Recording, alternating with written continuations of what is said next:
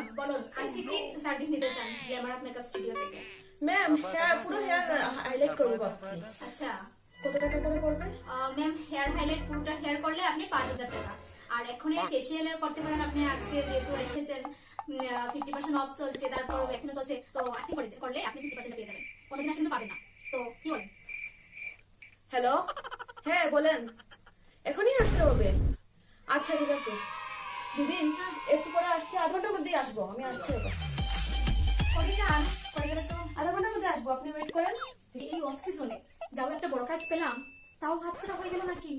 আচ্ছা দেখা যাক, ম্যাম তো বললো আসবে, দেখছি। 2,000 years later. হ্যাঁ ম্যাম, এখন করে দিন। হ্যাঁ হ্যাঁ ম্যাম, আসুন আসুন, আপনার জন্য সবকিছু রেডি করে রেখেছি, একদম ফাস্ট হয়ে যাবে। আর যে সার্ভিসগুলো বললাম আপনাকে 50% অফ চলছে, তো তাড়াতাড়ি চলে আসুন। বসুন।